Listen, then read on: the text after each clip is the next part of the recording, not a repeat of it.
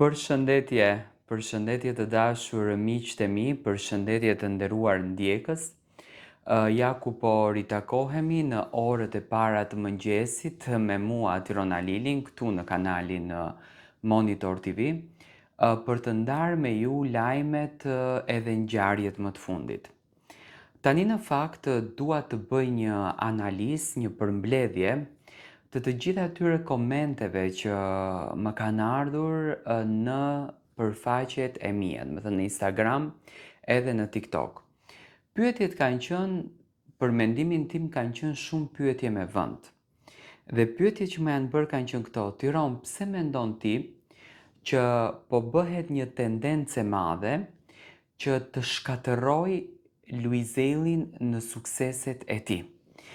Do me thënë që në momentin kur Luizi paralajmëroi apo u paralajmërua, sepse Luizi këtë gjë e tha në emisionin tim, në intervistën time kur unë i bëra që e kam në plane që do të sjell një emision ndryshe nga çfarë është parë deri më sot.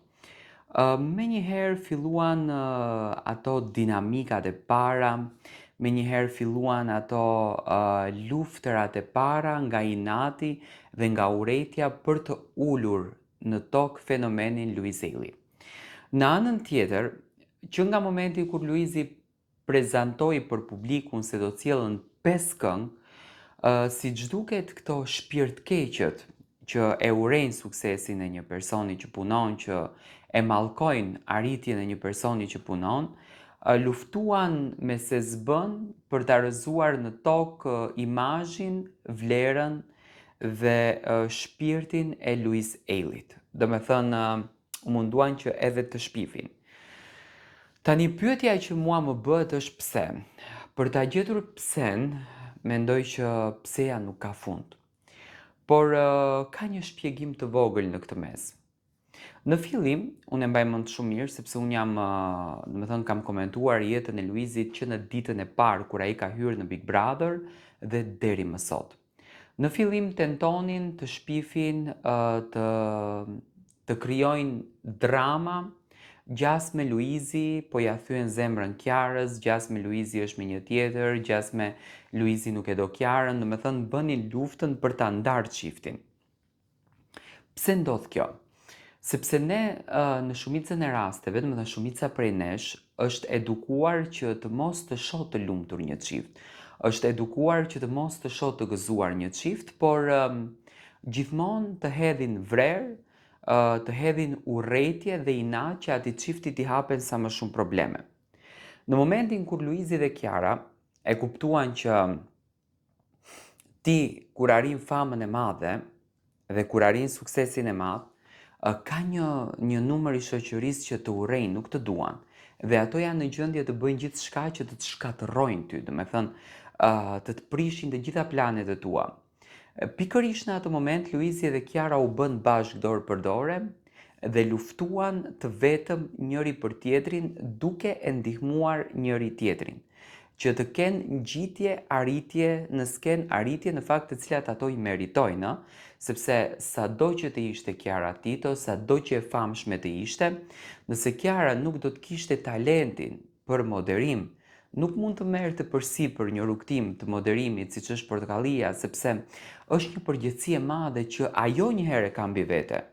Jo fakti që është gruaja e Luizit, domethënë ajo e ka mbi vete, sepse në fund të ditës në skenë ngjitet Kiara, nuk ngjitet Luizi. Dhe Kiara jep të gjithë dimensionin e saj dhe Kiara ka treguar që është e shkëlqyer, domethënë e bën punën me shumë dashuri dhe zakonisht këto janë njerëzit të cilët kanë sukses në jetën e tyre.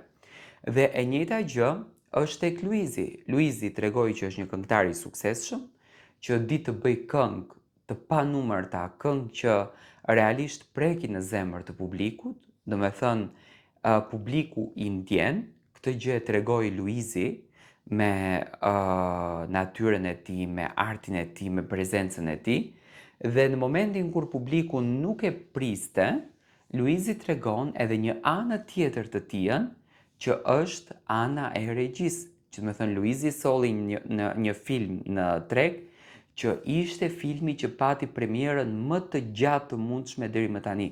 Do me thënë është personazh i cili shëndrit në të gjitha dimensionet e tij. Dhe ajo që unë shoh, domethënë, është kjo që Luizi dhe Kiara nuk po merren me askënd nuk po merren me jetën e tyre, merren me përditshmërinë e tyre, merren me punët e tyre, merren me vlerën e tyre njerëzore, dhe ka njerëz të tjerë të cilët dëshirojnë që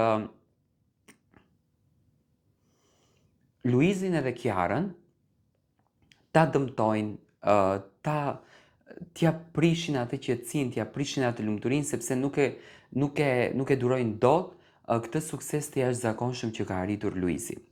Unë mendoj që Luizi nuk e arriti suksesin nga hatri. Luizi arriti suksesin sepse Luizi, pas shumë vitesh që në fakt e ka kërkuar këtë suksesin, ka punuar për këtë sukses, nuk është nga hiçi.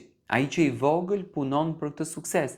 Dhe ju nuk mund t'ja merrni gjën që Zoti e ka shkruar për dikujt, sepse nuk mundeni në asnjë mënyrë. Ajo është shkruar për Luizin dhe do t'i jepet Luizit. Luizi diti ta bën filmin të tillë që premiera e tij të jepet 2 muaj të tërë, ndoshta edhe 3 muaj. Nuk e di, ka qenë një nga premierat më të gjata që është transmetuar ndonjëherë nëpër botë, domethënë Luizi preku të gjitha vendet e botës. Dhe unë mendoj që të gjitha këto xhelozit janë ato pika që mundohen që Luizin ta shkatrojnë, edhe pse në fakt nuk arrin dot që ta shkatrojnë, sepse Luizi dhe Kiara janë njerëz të logjikshëm, janë çift me mend në kokë, din t'i mendojnë gjërat, din t'i shohin gjërat dhe din të kuptojnë se çfarë duan nga vetja dhe çfarë duan të sjellin te publiku.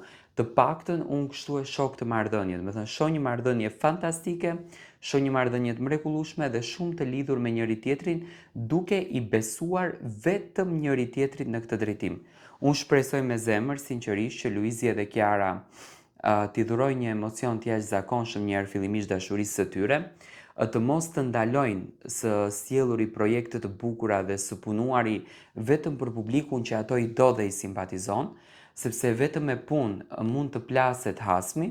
Edhe në këtë rast unë shpresoj dhe uroj me shpirt që Luizi dhe Kiara të na dhurojnë gjithmonë këtë pozitivitetin që na e kanë dhuruar. Andaj uroj me zemër që të mos tolerojmë që Luizit edhe Kiarës t'i dalin kundër, sepse e shikoj që është një nga çiftet që ka më së shumti urrëtie, të paktën nga personazhet të cilët themi që bëjnë të njëjtën punë, apo nga portale që Luizi sipas tyre nuk ju ka dhënë intervistë, që në fund të ditës domethënë ai vetë vlerëson se kujt edhe në çfarë mënyre duhet t'i jepet intervista. Ju vazhdoni të më ndiqni dhe më jepni mendimin tuaj.